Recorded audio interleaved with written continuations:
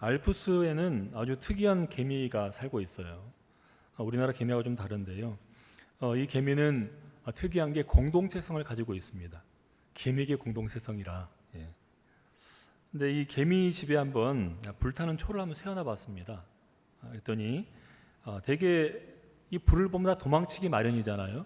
뿔뿔 흩어지거나 다른 데를 피하기 마련인데 희한하게도 너나 할 것 없이 대부분의 개미가 이 불 속으로 뛰어든다는 거예요. 뛰어들게 되면 개미가 불타게 되는데 불타게 된 그 몸속에서 키친스라는 불연성 진액이 나온답니다. 그래서 이 불이 꺼진다는 거죠.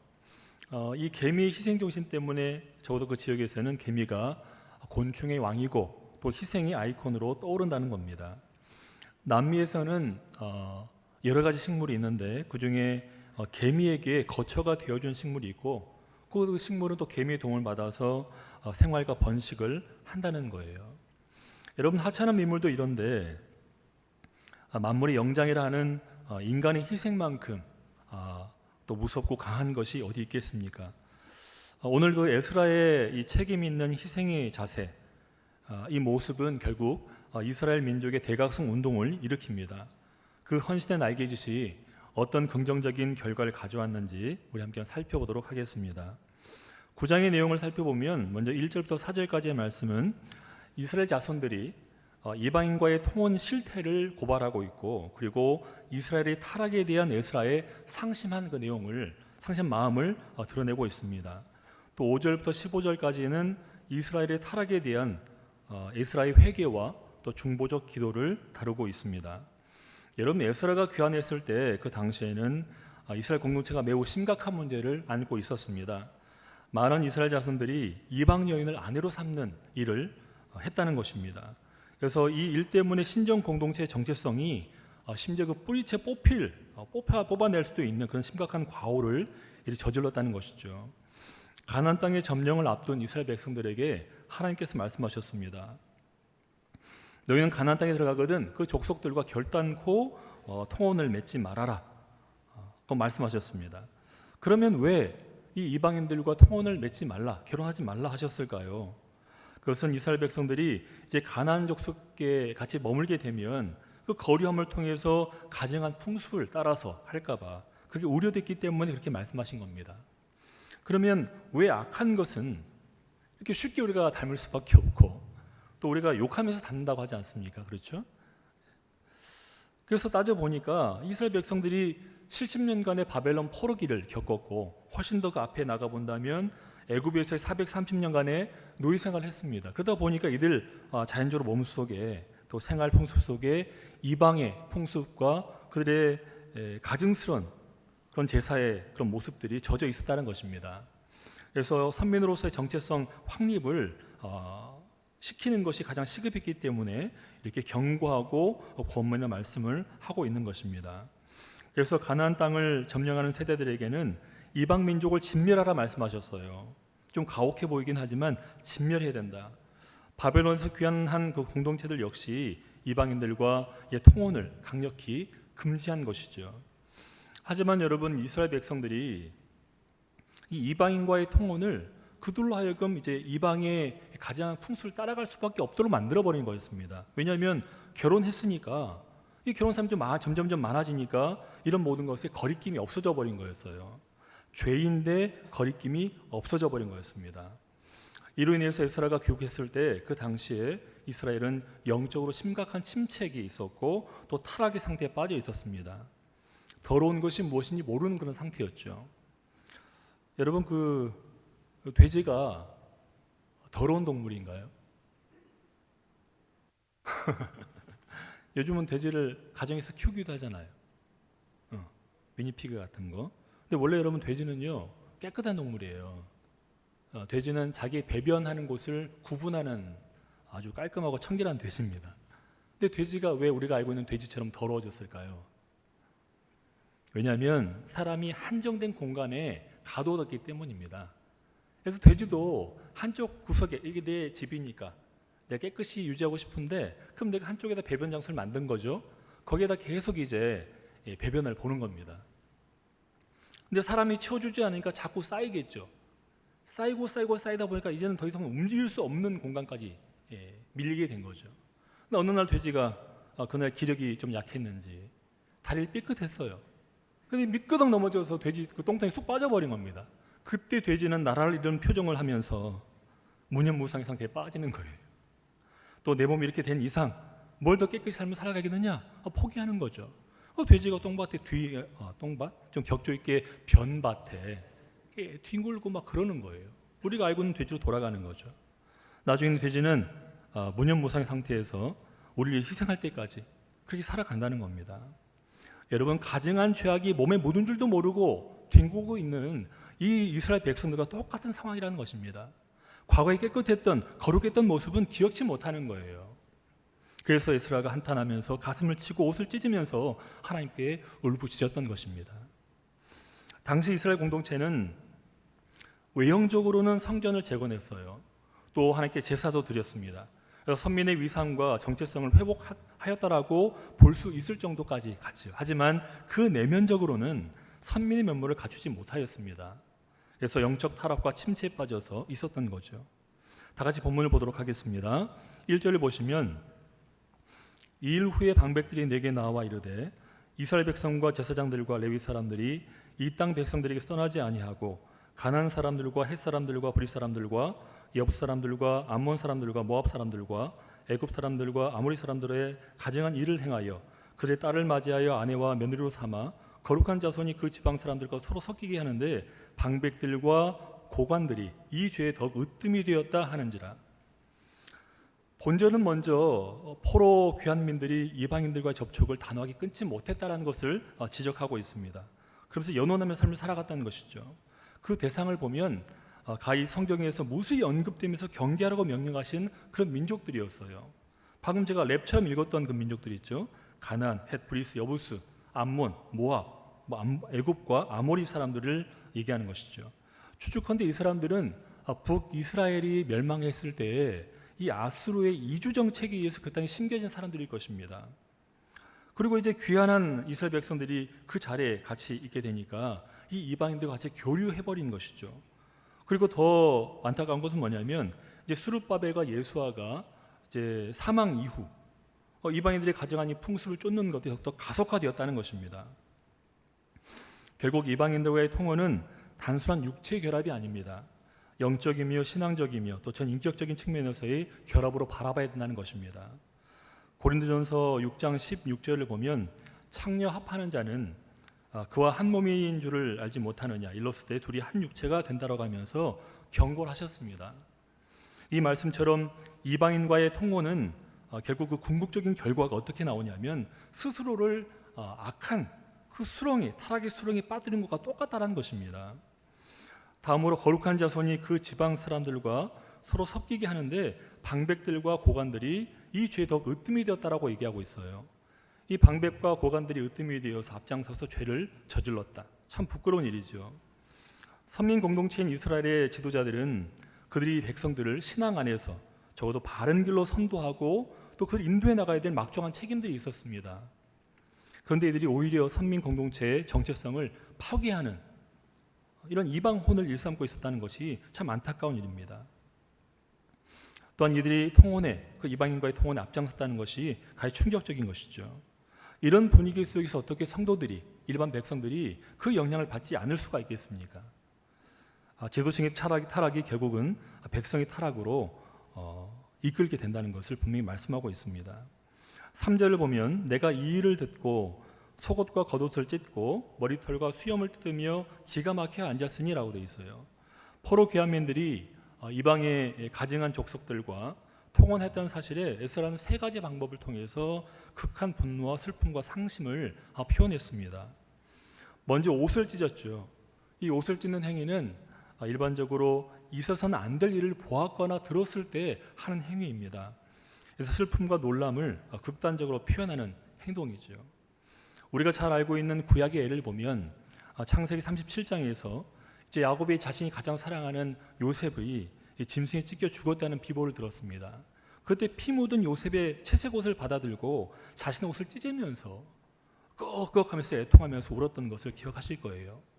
또 민수기 14장에서 여호수아와 갈렙이 가나안 정탐을 끝내고 돌아온 10명의 정탐꾼들의 불신앙적인 그 모습을 바라보고 또 여기에다가 애굽으로 돌아가자라고 외쳐대는 그 완악한 이스라엘 백성들을 바라봤을 때 그 옷을 찢으면서 하나님께 울부짖었다는 것입니다. 에스라는 자신의 극한 슬픔과 격정을 속옷을 찢고 거룩한 제사장의 옷을 찢으면서까지 자신이 얼마나 큰 상실감과 충격에 빠졌는지, 이 민족이 얼마나 타락하였는지를 보여주고 있는 것입니다. 다음으로는 머리털과 수염을 뜯는 행위입니다. 여러분, 머리털도 그런데 수염을 뽑는 것은 보통 일이 아니에요. 여러분, 수염을 뽑아 보셨습니까? 네. 좀 그런 얘기긴 한데, 제가 그 해군을 나왔잖아요. 해군은 배를 타죠. 배를 타고 나가면 10며칠씩 나가 있기 때문에 그 좁은 공간에서 이 정상인도 들어갔다 나오면 비정상인이 돼버려요. 그런데 저희 동기 중에 한 명이 좀 굉장히 독특한 애가 있었어요. 내 친구가 나는 고통을 못 느낀다라고 하는 거예요. 근데 그 옆에 별나기로 두 번쯤 서러운 또 다른 동기가 그럼 내가 수염 하나 뽑을 때마다 1,000원씩 주마 그런 거예요. 이 제안 들은 이 고통을 못 느낀다는 이 동기가 쾌재를 부르면서 제모도 되고 용돈도 받고 그래서 너무너무 좋아하는 겁니다. 근데 이 더 별난 그 친구가 이제 수염을 뽑는 거죠. 수염을 뽑아서 잡아당긴다 툭 뽑으면 되는데 뽑힐만 하면 놓고 뽑힐만 하면 놓고, 여러분 강아지 볼 늘어나듯이 수십 번을 이렇게 하는 거예요. 한 10분 정도 지났을까요? 이 고통을 못 느끼다는 그 동기가 눈물콧물 다 빼면서 10,000원을 주고 제발 그만해달라고 부탁하는 것을 봤습니다. 수염 뽑는 게 정말 아파요. 그래서 수염을 깎지 않습니까? 남성도 수염 뽑지 않잖아요. 깎잖아요. 고통이 심하거든요. 그런데 이 에스라는 이 뽑는 고통은 둘째치고 마음이 너무 상하고 하나님께 죄송해서 다 뽑는 거예요. 그러면서 하나님께 간구하는 겁니다. 찾아봤더니 이 히브리인들에게 있어서 머리털 정말 중요합니다. 왜냐하면 이 준수한 용모를 나타내는 것이고 또 명예의 상징이었기 때문입니다. 그래서 사무엘하 14장을 보면 압살롬의 준수한 용모를 이야기할 때, 그의 명예로움도 얘기할 때 그의 머리털이 아주 아름답고 귀하다는 그 얘기를 하고 있죠. 묘사하고 있습니다. 그래서 히브리인들은 머리털을 매우 소중하게 가꾸었고 또 길렀던 것이죠. 그런데 이런 머리털을 뜯는 행위는 자신이 더 이상 귀한 존재가 아니다, 가치 있는 존재가 아니다라는 것을 상징적으로 나타내는 것입니다. 또 동시에 주체할 수 없는 극한의 슬픔을 나타내는 행동인 것입니다. 또한 수염을 깎아서 뜯어 손상시키는 것은 자신의 분노와 또 불쾌한 마음을 드러내는 극적인 행동인데, 당시 이스라엘 백성들에게 또 히브리인들에게는 특히 남성에 있어서 수염은 남성성과 자부심과 권위를 상징했어요. 옛날 우리 할아버지들 보면 에헴 하면서 이렇게 했었잖아요. 수염에 대해서. 여러분, 관습적으로는 이 피부병이 걸렸을 때는 이 제모를 했습니다. 털을 없애기도 하고 깎기도 했죠. 혹은 고대 근동지방에서는 국가 간에 어떤 외교적 모욕을 준다든지 혹은 분쟁을 일으킬 때 상대 나라에서 온 그 대신에 수염과 머리를 깎고 돌려보냈었어요. 그 밖에 이스라엘 지도자들에게 있어서는 이 수염은 권위와 연륜의 상징인 것이고, 더 나아가서 나의 신앙의 경륜이 질기 높다, 깊다라는 것을 표현하는 것이었습니다. 이 같은 의미를 감안한다면 에스라가 스스로 수염을 뜯는 행위를 통해서 이스라엘 자손들이 이방 여인들과 통혼한 행위가 자신은 물론이고 자신의 동족의 신앙을 모욕하는 것이고 또한 하나님을 욕되게 한 일임을 욕되게 한 그 일인 것을 극단적으로 표현한다는 것입니다. 이제 마지막으로 기가 막혀 앉아 있는 행위는 신앙적 측면에서 죄로 인해서 한탄할 때 취하는 행동입니다. 특히 예상치 못했던 행동 때문에 굉장히 놀라거나 마음이 상했을 때 이게 참담하게 앉아 있는다는 거예요. 그도 그럴 것이 막상 예루살렘에 와 보니까 기대와 너무 다른 겁니다. 이 이방 민족보다 더하게 악해져 있고 또 그 기대와 달리 신앙적인 부분이 보이지 않으니 너무 슬퍼했던 것이죠. 귀하는 이스라엘 백성들은 영도자들과 함께 성전 재건은 물론이고 성전 중심의 신앙 공동체를 다시 세워서 신정 국가로서의 전통을 다시 세워나가야 될 역사적 사명을 가지고 있었습니다. 그런데 이들이 각성하고 근신하여서 하나님의 뜻대로 살지 않고 거룩한가는 동떨어져서 과거 그들의 조상이 행했던 그 악한 전철을 밟고 있으니, 이런 귀한 민들의 피폐한 영적 현실과 또 타락의 실상을 접하고서 에스라는 의분을 느끼고 또 큰 슬픔 가운데서 이 같은 행동을 했다라는 것입니다. 한편 우리가 이 에스라의 반응을 통해서 얻을 수 있는 교훈이 무엇이 있습니까? 에스라가 포로 귀환민들에게 대해서 분노하고 있는 문제로서 이방인과의 그 통혼이 이 당시에는 그냥 비일비재했다는 거예요. 보편화되었다는 겁니다. 귀환민 중에 일부만 제외하고는 거의 다가 그런 행위를 했다는 겁니다. 아주 심각한 문제를 인식하지 않고 삶을 살아갔다는 거예요. 오랜 세월 동안 묵인되고 당연시 되어서 그 일이 더 확산되어 갔다는 것입니다. 여러분, 그렇지만 아무리 보편화된 일이라 하더라도 에스라는 하나님의 말씀에 비춰왔을 때 이 이방인과의 통혼이 심각한 죄악인 것을 직시하였습니다. 죄에 대한 직관 능력은 정말 중요합니다. 오늘 얼마나 많은 사람들이 불순한 죄를 단지 보편화됐다는 그 이유만으로 당연하게 받아들여지고 삶을 살아갑니까? 분명한 것은 죄의 판별 기준은 보편화 정도가 아니라 하나님의 말씀이 근거해서 우리가 생각해야 된다는 것입니다. 일상생활 속에서 보편적으로 행해진 일이라 하더라도 말씀이 그것을 죄악으로 규정한다면 그것은 죄인 것입니다. 당시 죄를 죄로 여기지 않던 이스라엘 귀환민들은 그들을 기억하기 위해서 에스라가 분노했던 것처럼 우리 성도는 하나님의 말씀에 근거해 죄악을 단죄하며 마땅히 의로운 분노를 드러내야 됩니다. 불의한 세상 속에서 거룩하고 의로운 삶을 살아내야 하는 것이 바로 성도의 본분이고 또 삶의 목적이라는 것입니다. 4절 보시겠습니다. 이에 이스라엘 하나님의 말씀으로 말미암아 떠는 자가 사로잡혔던 이 사람들의 죄 때문에 다 내게로 모여오더라. 내가 저녁 제사 드릴 때까지 기가 막혀 앉았더니 에스라가 포로 귀환민들의 타락 소식을 듣고서 통분해 여기면서 주저앉아 있었습니다. 그랬더니 그에게로 하나님의 말씀으로 말미암아 떠는 자들이 모여들었어요. 여기서 하나님의 말씀으로 말미암아 떠는 자들이 누굽니까? 이들은 귀한 공동체 가운데에서 하나님의 말씀을 단호하게 지키려고 애쓰는 성숙한 신앙인들이었어요. 이들은 이사야서에서는 나의 말을 인하여 떠는 자라고 묘사하고 있고 또 여호와의 말씀을 인하여 떠는 자라고 이야기하고 있습니다. 이들 대부분은 아마도 하나님의 뜻이 심각하게 무시되는 이 현실을 바라보면서 이 오랫동안 목도하면서 이스라엘의 죄에 대해 마음 아파하고 분노했을 것입니다. 그런데 여러분, 왜 이들이 이 민족적인 죄악을 좌시하고 침묵함으로 일관했을까요? 우리가 앞에 살펴본 것처럼 당시 이런 죄를 앞장서서 지은 자들이 바로 지도자였기 때문입니다. 제사장들, 레위인들, 그런 지도자들이 먼저 앞서서 죄를 짓고 있으니 할 말이 없었던 것이죠. 오늘날은 어떻습니까, 여러분?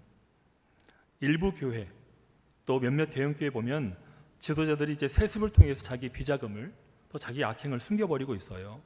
또 잘못된 권위의 남용으로 힘없는 성도의 진실을 짓밟아버리고 있습니다. 또 은밀한 중에 특선 목적을 띤 부목사를 총빙해서 부동산 투기를 시켜가지고 스스로 돈을 만들고 있는 거예요. 또 하나님을 모욕하는 아주 불순한 목사를 정치적 이해관계 때문에 퇴출시키지 않고 있습니다. 얼마나 안타깝고 수치스럽습니까? 죄를 괜찮다고, 죄를 짓고서 괜찮다고 이야기하면서 성도들 부추기는 겁니다. 이런 사람들이 아직도 교회에 공동체 버젓이 남아서 발언을 하고 이야기를 하고 있다는 것이죠.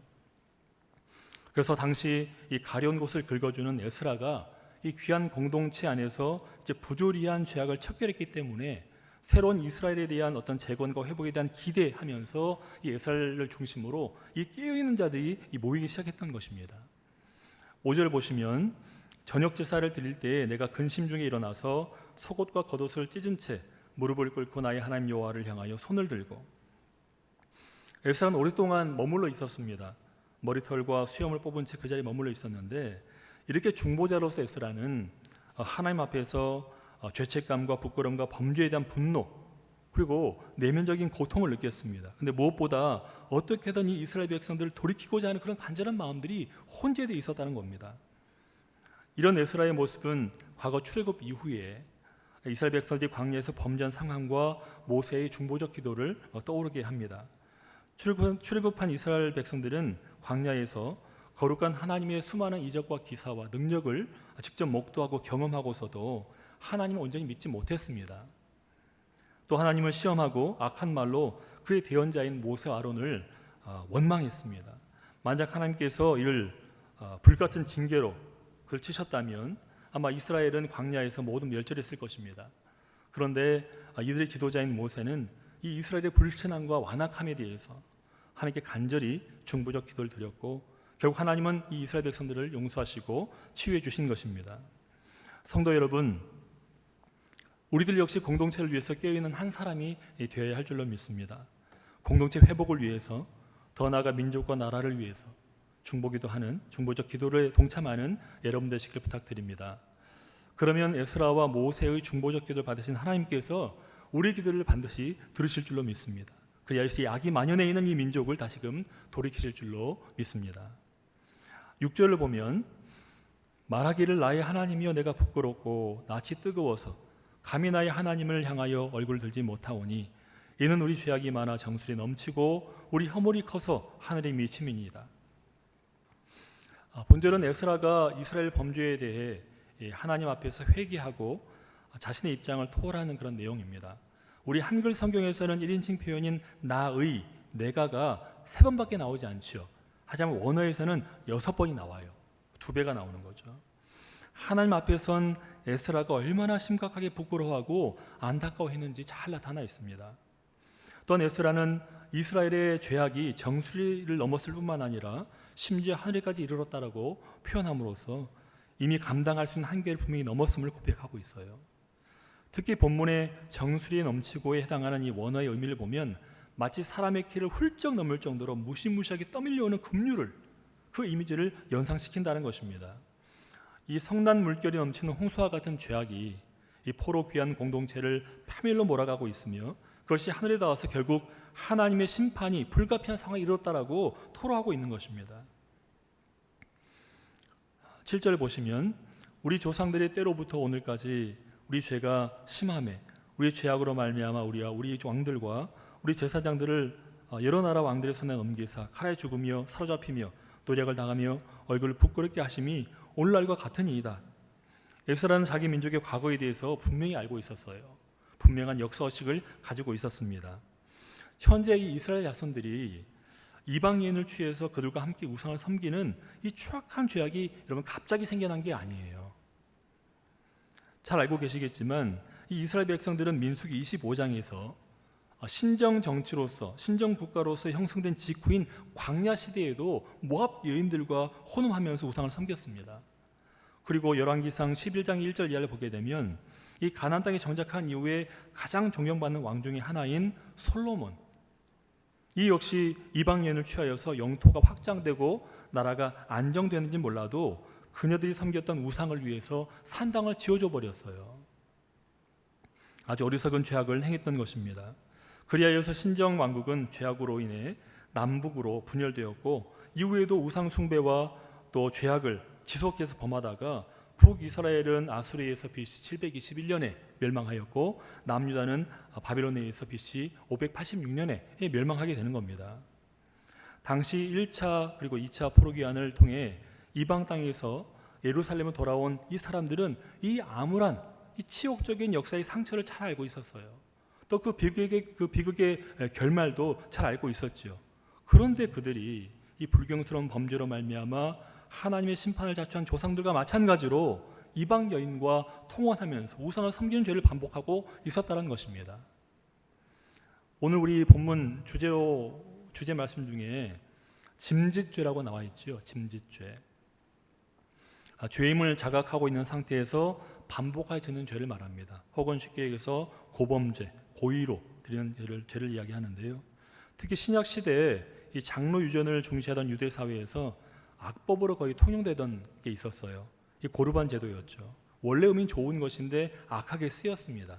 사용을 한 거죠. 원래 고르반은 하나님께 바쳐진 거룩한 것이기 때문에 아무도 그것을 건들 수가 없어요. 한번 바치게 되면. 그래서 고르반으로 바치게 되면 그 재산 때문에, 그 재산을 원래 이웃에 대한 봉사라든지 부모를 복양해야 되는데 고르반으로 드렸기 때문에 더 이상 그런 부양의 의미가 없었던 거죠. 책임이 없었습니다.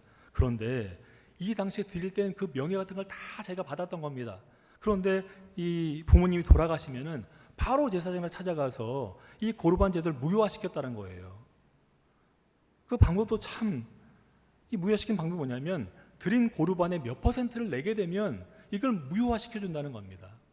또 어떤 사람들은 고르반을 드린다고 얘기하면서 고르반을 드릴 그 금액의 일부만을 고르반을 드리고 나머지 큰 금액을 뒤로 숨겨서 자기가 숨어서 썼다는 겁니다. 여러분, 이 모든 것을 바라볼 때, 눈 가리고 아웅하는 이들의 신앙을 바라봤을 때 예수님께서 분노하는 것은 당연한 거였습니다. 본문을 보십시오. 보면 에스라는 당시 포로 귀환민들의 죄악이 과거 하나님의 심판을 초래했던 그런 조상들의 죄악과 동일함을 깨우쳐주는 겁니다. 그러면서 각성하고 기도하고 돌이켜서 빨리 원래 자리에 돌아와야 된다. 너희가 해야 될 것을 지켜야 된다라고 말씀하고 있는 것입니다. 8절 보시면 이제 우리 하나님 여호와께서 우리에게 잠시 동안 은혜를 베푸사 얼마를 남겨두어 피하게 하신 우리를 그 거룩한 처소에 박힌 못과 같이 하시고 우리 하나님이 우리 눈을 밝히사 우리가 종로로 타는 중에서 조금 소생하게 하셨나이다. 먼저 잠시 동안 은혜를 베푸사를 보게 되면 에스라와 포로 귀환 공동체에게 부여된 이 자유의 시간이 그들에게 있어서 회개와 또 회복을 위한 천금 같은 그런 귀한 시간이라는 것을 분명히 말씀하고 있습니다. 인자신 하나님은 그 뜻하신 계획 속에서 얼마를 남겨두셨습니다. 즉 바벨론 포로되었던 땅에서 구원을 받아서 다시금 약속의 땅으로 돌아오게 하신 1차와 2차 포로 귀환자들을 가리키는 것이죠. 여러분, 사실 그 이스라엘의 이 가나안 땅에 들어가서 그 밟을 때 인구가 장정만 60만 1730명이었어요. 우리 광양과 순천 합쳐도 더 되겠군요. 광양, 순천, 심연 합쳐도 그보다 더 많은 거예요. 그런데 이게 또 장정만 남자만 했을 때 그렇다는 겁니다. 많은 숫자이죠. 그리고 사사시대라든지 또 왕정시대를 거치면서 기하급수적으로 더 많이 번성하게 되었습니다. 하지만 하나님의 은혜를 잊은 이 백성들에게 하나님께서는 아수르와 바벨론의 칼을 통해서 침공하게 하시고 이방 땅으로 끌려가게 하셨습니다. 하지만 그 이후에는 약속대로 1차와 2차 포로 귀환을 마련하셨고 또 각각 42,360명과 1,775명을 귀환하게 하신 겁니다. 이는 바벨론 포로기 이전에 이스라엘 자손이 인구 수에 비하면 굉장히 작은 수예요. 그렇게 작은 수가 아닐 수가 없습니다. 그래서 말하기를 얼마를 남겨두어 피하게 하신 우리라고 표현한 겁니다.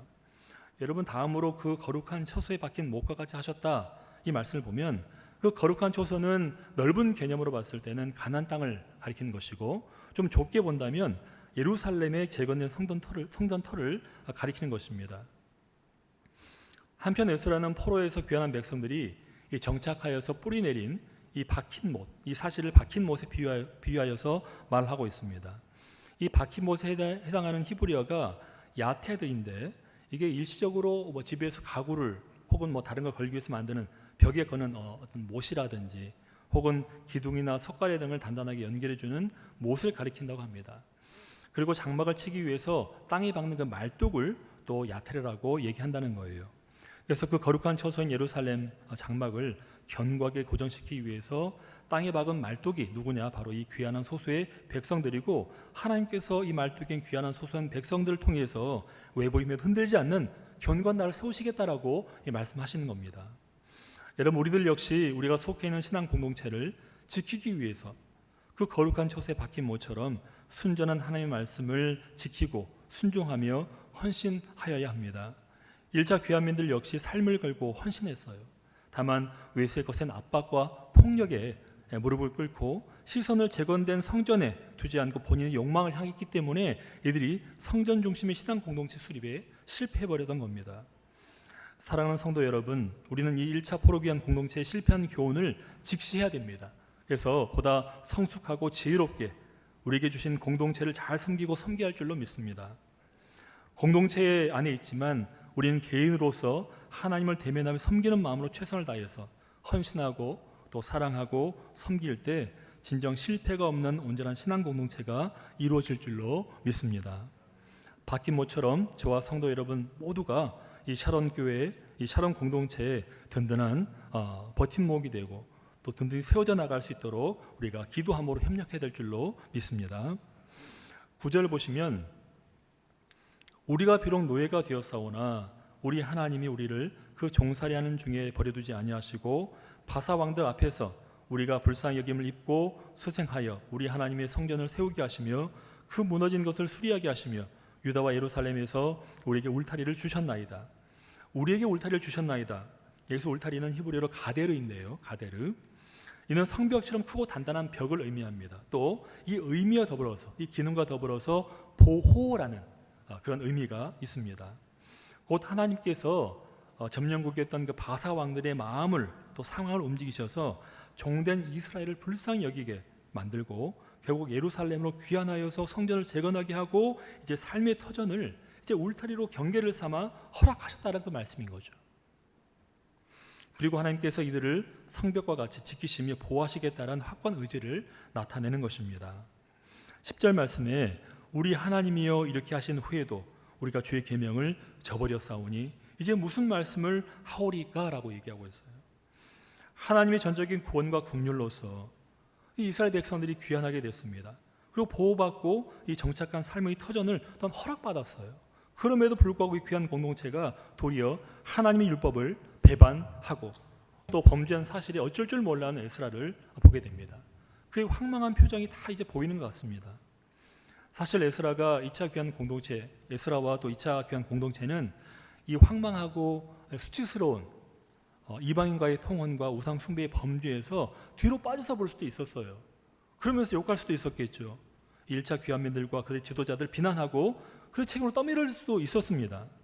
그런데 이 에스라는 재건된 성전과 그것으로 다시 회복될 신앙 공동체를 사명으로서 그치는 게 아니라 운명 공동체로서 우리라 표현하며 같이 동참하고 통감했던 그 마음을 우리가 보게 되는 겁니다.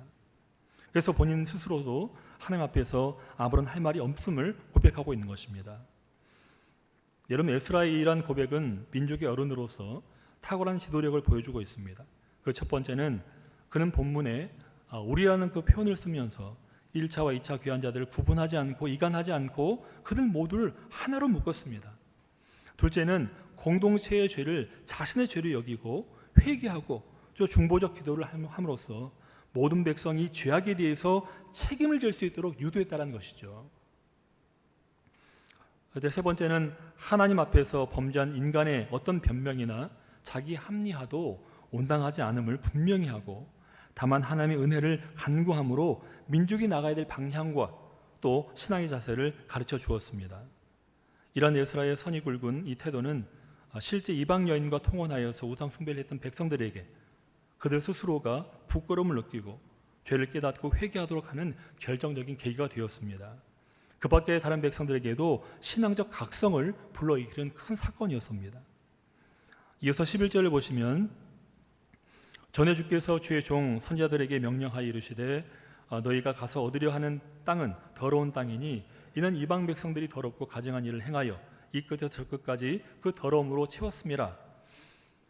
본절은 여호수아에게 가나안 땅을 점령할 때 왜 그곳 거민과 교류하지 말고 반드시 멸절시키라고 명령하셨는지에 대해서 그 이유를 분명히 알 수가 있습니다. 민수기에서 남겨진 이방 족속들은 눈의 가시가 되고 또 옆구리를 찌르는 것이 된다라고 말씀하셨어요. 그리고 그들과 그들의 온 땅이 죄악으로 가득했기 때문에 반드시 멸절시켜야 된다라고 말씀했던 것입니다. 특히 더러운이라는 이 단어를 히브리어로 보게 되면 니따라는 뜻인데 주로 의식적으로 혹은 종교적인 더림에 대해서 이야기할 때 이 니따라는 표현을 쓴다는 것입니다. 이스라엘 백성들은 하나님으로부터 받아 살게 된 가나안 땅에서 반드시 지켜야 될 제일 원칙이 있었어요. 그 원칙이 뭐냐면 가나안 땅의 종교적 부정으로부터 자신을 구별하여서 거룩성을 유지하는 것이었어요. 사사기의 내용에서 우리가 알 수 있는 것처럼 이방 여인과 결혼하면 이 거룩성은 변질될 수밖에 없습니다. 두말할 필요가 없죠. 함께 거류하는 것만으로 해도 이염이 되는 것처럼 서서히 변질되어 간다는 겁니다. 여러분 사사 입다를 알고 계실 겁니다. 이 입다는 불황자들과 함께 거류하고 삶을 살다 보니 이 잔인하면서도 이 자극적인 인신제사가 마치 큰 효과가 있는 그런 제사로 오인해서 머릿속에 각인이 되어버렸던 겁니다. 그래서 결국 암몬 자손과의 그 전투에서 승리에 목말라 있던 이 입다가 그의 입으로 입을 다물어야 되는데 입으로 얘기해버렸어요. 승리를 주시면 처음 나를 맞이하는 그를 하나님께 번제로 드리겠다. 하나님께 주시라고 한 적도 없거든요. 번제 바친 적도 없고 인제사 원하지도 않으시는데 이 입다 스스로 생각하기에 가장 위대한 게 그거 같으니까 번제 드리겠다 한 겁니다. 결국 어떻게 됐습니까? 무남 동녀인 자신의 딸을 죽이게 되는 거죠. 그리고 이방 신전에서 창기들과 몸을 섞어가면서 지내는 이방 제사가 이 이스라엘 백성들이 현혹시키기에 충분했다는 것입니다. 12절 이어서 보면 그런즉 너희 여자들을 그들의 아들들에게 주지 말고 그들의 딸들을 너희 아들들을 위하여 데려오지 말며 그들을 위하여 평화와 행복을 영원히 구하지 말라. 그리하면 내가 왕성하여 그 땅의 아름다운 것을 먹으며 그 땅을 자손에게 물려주어 영원한 유산으로 물려주게 되리라 하셨나이다. 여러분, 이 말씀은 신명기 7장 3절의 말씀, 가나안인들과 절대 통혼하지 말라라는 모세율법을 상기시켜주고 있습니다. 특히 이방인들과 평화와 행복을 영원히 구하지 말라라는 이런 표현을 우리가 좀 면밀히 살펴봐야 됩니다. 우상을 섬기는 여인을 데려오는 것은 절대 불가하죠. 또 그들과 하나님께서 주시는 평화와 행복을 나누는 것도 불가합니다. 여러분, 그런데 성경에 보면 이방 여인이 하나님의 긍휼의 은혜를 입은 경우가 있었어요. 기억나시죠? 여리고에 있던 기생 가나안이 누굽니까? 라합을 기억하실 것이고 또 모압 여인 룻을 기억하실 겁니다. 이들은 이방인들이에요. 근데 하나님의 은혜를 입었습니다. 일반적 이방인들과 차이가 무엇입니까? 이들은 스스로 이스라엘의 하나님을 자신의 하나님으로 고백했습니다. 그리고 그 하나님을 의뢰했기 때문에 그들이 복된 자리에 예수님의 거룩한 그 계보 가운데 들어갈 수 있었던 것입니다. 이러한 사실을 감안하면 본문은 단순히 혈통적으로 배타주의를 주장하는 그런 말이 아니라는 것을 우리가 알 수 있습니다. 곧 언약의 축복을 받아들일 준비가 되어 있지 않는 자들, 그런 자들과 무분별하게 이것을 나눠서는 안 된다라는 그런 의미인 것이죠. 아마도 당시 무분별하게 이방인과 통혼한 후에 자신의 배우자들 역시 자기가 이스라엘 사람이니까 하나님의 언약적 축복의 대상이 될 수 있다라고 여겼던 그들이 아마 있었던 것 같습니다. 이처럼 우리들 역시 잘못된 것임을 알고 있음에도 불구하고 온갖 포장을 다하거나 혹은 유혹하는 이방 여인들처럼 눈짓과 손짓 다해가면서 옳은 것처럼 행동을 하고 또 때를 쓰거나 겁박하고 협박을 해도 결국 죄는 하나님 앞에서 용납을 받을 수가 없는 것입니다. 경우에 수마저 내세울 수 없는 잘못과 죄는 에스라처럼 그 뿌리를 잘라내거나 속히 회개하는 수밖에 없다는 것이죠. 혹 우리가 잘못된 풍류에 편승해서 그렇게 행하고 있다면 우리는 속히 돌이킬 수 있는 용기가 있어야 됩니다. 회개하여서 돌이키는 용기를 가진 자만이 하나님의 긍휼하신 그 은혜를 입을 수가 있기 때문입니다. 또한 그리하면 너희가 왕성하여서 그 땅의 아름다운 것을 먹으며 그 땅을 자손에게 물려주어 영원한 유산으로 물려주게 되리라라는 이 말씀, 에스라가 순종하는 자들에게 약속한 다양한 신명기의 축복에 대한 그 내용을 강조한 것입니다. 여기서 왕성하여는 태해죽후인데 단단히 매다 혹은 굳게 유지하다라는 그 의미로서 미완료 형식으로 되어 있어요. 그래서 과거에 이루어진 게 계속 지금 이루어지고 있다는 것 뜻이죠. 그래서 결과가 지속적으로 견고히 유지될 것이다 라고 말씀하고 있습니다. 즉 앞에 열거된 하나님의 명령에 대한 순종에 관련해서 하나님께서 그들을 강하게 하실 것이며 붙드실 것이다 라는 그 말씀이 들어가 있습니다. 사실 그 민족의 왕성과 번영을 위해서 하나님보다 이방인들과의 통혼을 통해 이루는 것이 좀 당시 그 시대에서는 훨씬 합리적이고 이성적이면서 매력적으로 보일 수 있었습니다. 그래서 이러한 통혼으로 대외적 안정을 도모하고 내적 강성함을 추구했던 대표적 왕이 오늘 좀 자주 등장하네요. 솔로몬 아니었습니까? 그는 정락결혼으로 1000명이 넘는 그 아내를 궁중에 들였습니다. 또 산당을 주어주었죠. 결국 하나님의 뜻이 아닌 이 죄로 인해서 남북으로 이스라엘이 나뉘게 되고 끊임없이 그들 사이에 전쟁이 일어나게 되는 겁니다. 여러분 또한 북이스라엘의 그 오므리를 보십시오. 자신의 아들인 아합과 시돈의 엣바알 딸인 이세벨을 결혼시키지 않습니까? 나라와 대외적인 안정을 꾀했던 것이죠. 그렇지만 그 결과는 왕성해지기는커녕 하나님의 심판을 받아서 그 가문 자체가 하나님의 칼 예후에 의해서 멸망하게 됩니다. 몰락하게 되고 멸족하게 되는 거죠. 결국 하나님의 계명을 어기고 인간의 꼼수 혹은 방편으로 견고히 하고자 한다면 이 모든 것은 이루어질 수 없는 것입니다. 아울러 하나님께서 주신 명령을 오로지 지키며 순종할 때만 견고하여 오늘 말씀처럼 왕성해질 수 있는 것입니다. 13절의 말씀 보면 이만큼 남겨주신 백성들이라는 단어가 나옵니다. 비록 멸망했지만 여호와 신앙을 가진 무리를 가리키는 것이죠. 또한 이들이 그나마 땅에 발붙이면서 또 남아 있을 수 있었던 것은 오로지 하나님의 긍휼의 은혜인 것이었습니다. 그 은혜가 무엇입니까? 바로 이스라엘이 지은 죄악보다 형벌을 더 가볍게 주셨다는 뜻인 거죠. 걸어온 길을 되돌아보면 오늘 우리 아침에 은혜란 찬양을 했었는데 모든 길, 그 걸음걸음이 다 은혜인 것입니다. 신앙 용어로 거룩하신 하나님이 그렇게 하시기로 작정하셨기 때문에 긍휼의 은혜를 우리가 받을 수밖에 없다. 우리가 구원받을 수밖에 없다는 것입니다. 하나님께서 작정하셨기 때문에.